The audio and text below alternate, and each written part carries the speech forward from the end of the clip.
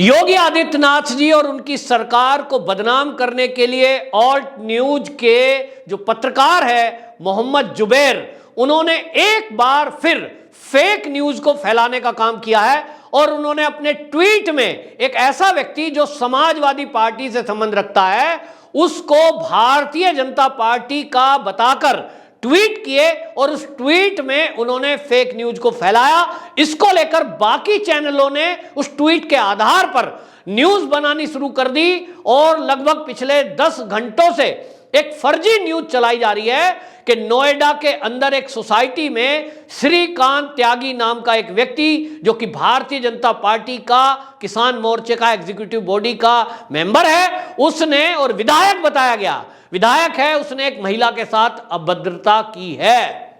असली बात यह है कि यह श्रीकांत त्यागी भारतीय जनता पार्टी का प्राथमिक सदस्य भी नहीं है, इसका कोई भारतीय जनता पार्टी से लेना देना नहीं है। यह स्वामी प्रसाद मौर्य जो कि समाजवादी पार्टी के लीडर हैं इस समय, वो जब भारतीय जनता पार्टी में थे उस समय से ये उनके साथ है और उनके साथ जाते हुए इसने कई भारतीय जनता पार्टी के लीडरों के साथ अपनी फोटोग्राफी कराई हुई है, जिसके कारण उसकी पोस्ट इनने डाली हुई है। लेकिन गौर करने की बात यह है कि इसके किसी पोस्टर में किसी जगह भी, केवल फेसबुक पर एक जगह लिखा हुआ है प्रोफाइल में, बाकी कहीं इसने यह नहीं लिखा है कि यह भारतीय जनता पार्टी का कोई पदाधिकारी या सदस्य है। सवाल यह भी है कि मोहम्मद जुबैर जो जमानत पर जेल से बाहर हैं और जिनको कोर्ट ने इस शर्त के साथ जमानत दी है कि वो अब कोई पोस्ट करने के पहले ध्यान दें कि पोस्ट से किसी की भावना आहत ना हो, ऐसे में मोहम्मद जुबैर ने एक बार फिर फेक न्यूज को फैलाया है। एक ऐसा व्यक्ति जो भारतीय जनता पार्टी का ना तो सदस्य है, विधायक तो होने का सवाल ही नहीं है, उसको बीजेपी का बताकर जो ट्वीट किए और उसके बाद जो बाकी नेशनल मीडिया पर चैनलों पर न्यूज चली, उससे भारतीय जनता पार्टी की छवि को जो नुकसान हुआ है, ये मोहम्मद जुबैर के ऊपर, क्या इसको लेकर योगी आदित्यनाथ कोई कार्रवाई करेंगे, ये देखना होगा। देश का मीडिया और देश का विपक्ष किस तरह से योगी आदित्यनाथ जी को बदनाम करने के लिए झूठ का सहारा लेता है, किस तरह से हमारे देश का मीडिया बिल्कुल आंख मूंद कर भारतीय जनता पार्टी की जहां सत्ता है, जिन राज्यों में उनकी सरकार है, अगर भारतीय जनता पार्टी का कोई नाम आ जाए तो उसको कवर करने के लिए किस कदर दौड़ पड़ता है और यह विचार भी नहीं करता, ना कि जांच करता है कि तथ्य सही क्या है। इसका जीता जागता उदाहरण उत्तर प्रदेश के नोएडा से देखने को मिला है, जहां एक श्रीकांत त्यागी नाम का व्यक्ति जो कि स्वामी प्रसाद मौर्य जो नेता हैं समाजवादी पार्टी के, तो वो उनका खासम खास एक व्यक्ति है, उसने महिला के साथ कोई अभद्रता की, महिला को गाली गलौज की, जिसके कारण से उसका एक वीडियो वायरल हुआ। लेकिन वो व्यक्ति अपने प्रोफाइल में फेसबुक पर जगह जगह वो अपनी जो फोटो पोस्ट करता था उसमें लिखता था कि वो भारतीय किसान मोर्चे का, भारतीय जनता पार्टी किसान मोर्चे का एग्जीक्यूटिव मेंबर है। लेकिन क्या किसी के फेसबुक प्रोफाइल या किसी के नेम प्लेट लगाने से या अपनी कार पे प्रधानमंत्री लिखने से वो व्यक्ति प्रधानमंत्री हो जाता है? क्योंकि लोग कह रहे हैं कि श्रीकांत त्यागी है, उसने अपनी कार के ऊपर एक लोगो लगाया हुआ था जो विधायकों को मिलता है और उसने एक कार के ऊपर लिखा हुआ था विधायक, तो हम उसको मानते थे विधायक। लेकिन ये लोगों की गलती है, ये चलेगा, लेकिन मीडिया भी आंख बंद करके उस पर रिपोर्टिंग करे। पिछले 24 घंटे से न्यूज चलाई जा रही है और ज्यादातर न्यूज में एक ही शब्द चलाया गया, भारतीय जनता पार्टी का एक लीडर महिला से अभद्रता करने के आरोप में फरार। यह न्यूज चलने के बाद मैं शॉक हो गया, क्योंकि मैं व्यक्तिगत रूप से उस व्यक्ति को चुनाव के दौरान मिल चुका था और मैं जानता था कि यह जो श्रीकांत त्यागी है ये नोएडा का रहने वाला है, गौतम बुद्ध जिले का रहने वाला है, लेकिन ये विधानसभा के 2022 के चुनाव में मोदी नगर जो विधानसभा है गाजियाबाद जिले की, वहां से विधायकी के लिए ये लड़ना चाहता था चुनाव, उसकी तैयारी कर रहा था, सभाएं की थी। लेकिन स्वामी प्रसाद मौर्य जिसने इसको आश्वासन दिया था कि मैं तुझे विधायकी लड़ने के लिए टिकट ला के दूंगा विधानसभा का, उनका भारतीय जनता पार्टी से गठबंधन टूटा और वो भारतीय जनता पार्टी छोड़कर समाजवादी पार्टी में शामिल हो गए थे। ये जो श्रीकांत त्यागी है, ये भारतीय जनता पार्टी का प्राथमिक सदस्य भी नहीं है। इसने कोई सदस्यता नहीं ली है। ये किसी पद पर तो होने का सवाल ही नहीं उठता। और तो और यदि कोई मीडिया पर्सन या कोई व्यक्ति जो इनको विधायक बता रहा था, जो इस पर विश्वास करे बैठा था, ये उनकी गलती है। अगर आप फेसबुक को खोलेंगे, अभी भी फेसबुक अकाउंट श्रीकांत त्यागी का डिलीट नहीं है। आप उसको खोलिए तो आप उसके जो पोस्ट है, अगर उन पोस्ट को देखेंगे, स्क्रॉल कीजिए तो 1 साल 2 साल पुराने जितने हैं वो हर मौके पर पोस्ट करता है। ये बात अलग है कि भारतीय जनता पार्टी के जेपी नड्डा जी या बड़े बड़े लीडरों के साथ इसके फोटो हैं, और वो तब के हैं जब पिछली बार 2017 में योगी आदित्यनाथ जी उत्तर प्रदेश के मुख्यमंत्री बने थे। उस समय स्वामी प्रसाद मौर्य उनके मंत्रिमंडल में मंत्री थे, और जैसा मैंने बताया कि स्वामी प्रसाद मौर्य जी का ये खासम खास माना जाता है, तो उनके साथ ये पार्टी के कई कार्यक्रमों में गया और इसकी स्टेज पर उनके साथ फोटो खींची। स्वामी प्रसाद मौर्य इसको मिलवाते थे और स्वामी प्रसाद मौर्य मिलकर के नेताओं से फोटो के लिए आग्रह करते थे। उसके बाद ये फोटोशूट होता था और ये पोस्ट पे डालता था। लेकिन आप अगर फेसबुक या इंस्टाग्राम के इसके किसी भी पोस्ट पर ध्यान देंगे तो जो इन्होंने खुद अपने हाथ से श्रीकांत त्यागी ने पोस्टर बनाए हुए हैं, उस पर आप गौर करेंगे तो इस पर कोई भी पोस्ट नहीं लिखी। फेसबुक पर अगर आप जाते हैं तो वहां इसने लिखा है national executive member Bharatiya Janata party किसान मोर्चा।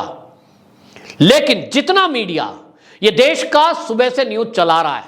इनको लगा कि अरे न्यूज मिल गई है, मसाला भी मिल गया है, क्योंकि ये जहां का मैटर है एक महिला के साथ अभद्रता, वो वीडियो वायरल हुई है, यहां तो योगी जी का शासन है, ये तो उत्तर प्रदेश है, और मसाले पे तड़का ये कि ये तो भारतीय जनता पार्टी का विधायक है। तो मैं शॉक्ड था कि कई चैनल इसको सुबह से ये चलाने में लग गए कि भारतीय जनता पार्टी का एक विधायक श्रीकांत त्यागी, उसने नोएडा की सोसाइटी में महिला को गाली गलौज की, धक्का मुक्की की और पुलिस के अफसरों से इंटरव्यू दिखा रहे हैं।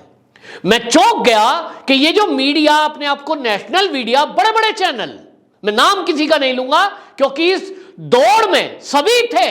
मैंने सबको देखा, लेकिन मैं हैरान था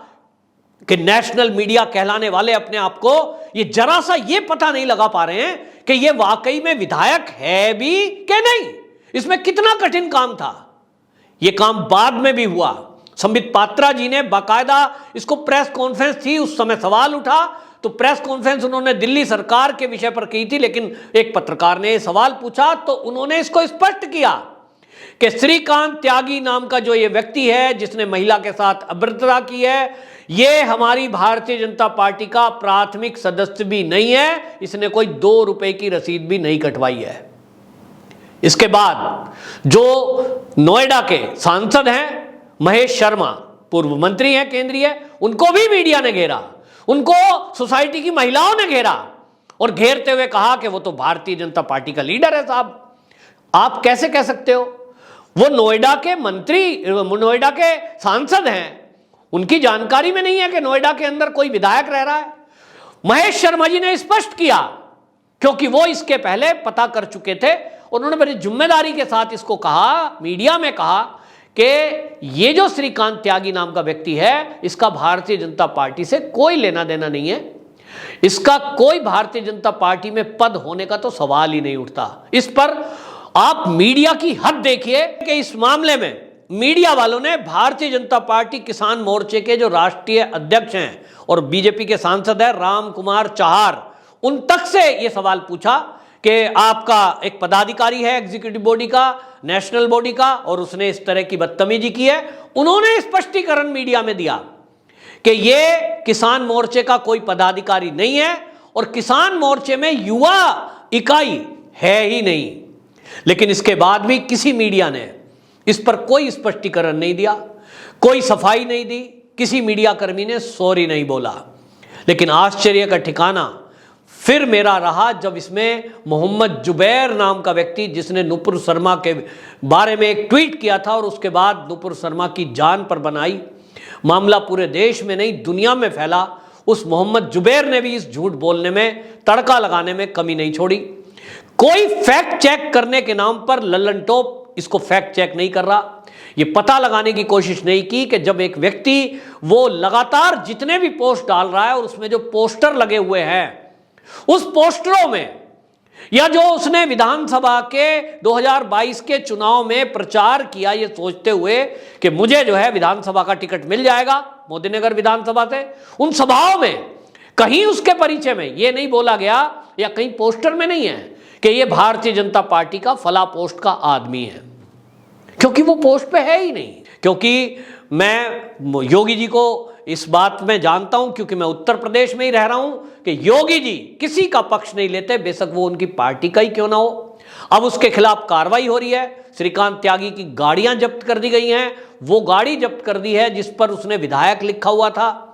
योगी जी इसी तरह से सख्त कार्रवाई लेते हैं और इस केस को सीधा संज्ञान ले रहे हैं, क्योंकि मीडिया ने इसको इस तरह से उठाया जैसे देश में अचानक कोई बहुत बड़ा आतंकवादी सामने आ गया है और उस आतंकवादी का लिंक भारतीय जनता पार्टी से निकलकर सामने आया है।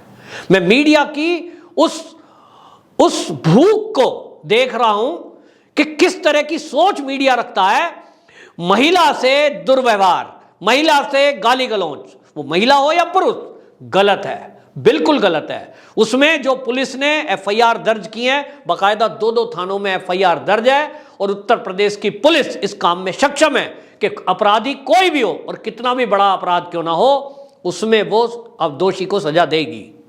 लेकिन जिस तरह से मीडिया ट्रायल किया गया, जिस तरह से योगी आदित्यनाथ जी को बदनाम करने के लिए विपक्ष और मीडिया ने भारतीय जनता पार्टी का लीडर बताकर इसको बिना जान पूछे, बिना इन्वेस्टिगेशन किए उसको योगी जी पर सवाल उठाए कि योगी जी की सरकार में देखिए क्या हो रहा है, योगी जी आपकी सरकार में महिलाओं का अपमान हो रहा है, ये बहुत निराशाजनक है, दुखद है। इस पर आपको बताएं, स्वामी प्रसाद मौर्य का ये व्यक्ति है और स्वामी प्रसाद मौर्य इस समय समाजवादी पार्टी में है, लेकिन समाजवादी पार्टी ने भी बिना जान पहचान, बिना जानकारी करे ट्वीट किया और उसने लिखा, उत्तर प्रदेश में सत्ता संरक्षित भाजपाई गुंडे प्रतिदिन बहन बेटियों का अपमान कर रहे हैं। ये समाजवादियों को जो कह रहे हैं उनको अब ये समझना चाहिए कि ये पहले जिनके साथ था, जिनकी वजह से भारतीय जनता पार्टी के नेताओं के स्टेज पर पहुंचकर फोटो खिंचवाता था, वो स्वामी प्रसाद मौर्य जी अब आपकी पार्टी में है। लेकिन इसी पे कांग्रेस की जो पंखुरी पाठक है, जो नोएडा से चुनाव भी लड़ी थी, उसने लिखा, पहली बार नहीं है कि शहर के आम लोगों के खिलाफ बीजेपी के नेता इस तरह का दुर्व्यवहार कर रहे हैं। यानी आप इस घटना से एक बात तो साफ है कि ये जो देश का विपक्ष है और ये जो देश का मीडिया है, ये बड़ी गैर जिम्मेदाराना हरकत करते हैं। बस इनको ये चाहिए कि भाजपा शासित राज्य हो और भाजपा नाम का लेबल कोई लगा हुआ व्यक्ति हो। महिलाओं के साथ अभद्रता, पूरे भारत में अभद्रता कहीं होती है वो बहुत गलत है, निंदनीय है और इसकी सजा सख्त से सख्त होनी चाहिए। लेकिन सवाल ये भी है कि जहां भाजपा की सरकारें नहीं हैं, वहां अगर महिलाओं के साथ कुछ अभद्रता होती है, यहां तक कि हमने देखा कि पश्चिम बंगाल के अभी हाल ही में पिछले दिनों एक दलित युवती के साथ एक युवक ने वहां रेप किया है, लेकिन उसकी खबर कहीं किसी कोने में नहीं आई। एक छोटे से अखबार के एक छठे पेज पर बहुत छोटे से कॉलम में थी। ये बहुत दुखद है। मीडिया इस तरह की जो ये दौड़ में लगा हुआ है कि भाजपा की खबरें कहीं से मिल जाएं, आखिरकार ये जो पक्षपात है मीडिया का, ये क्यों? एक जहन में सवाल है, इसका कोई उत्तर मीडिया देगा क्या? जो फेक न्यूज़ चलाई गई है कि भाजपा का व्यक्ति उसको बताया गया है, इस पर मीडिया योगी जी से माफ़ी मांगेगा, ये देखना होगा। वंदे मातरम।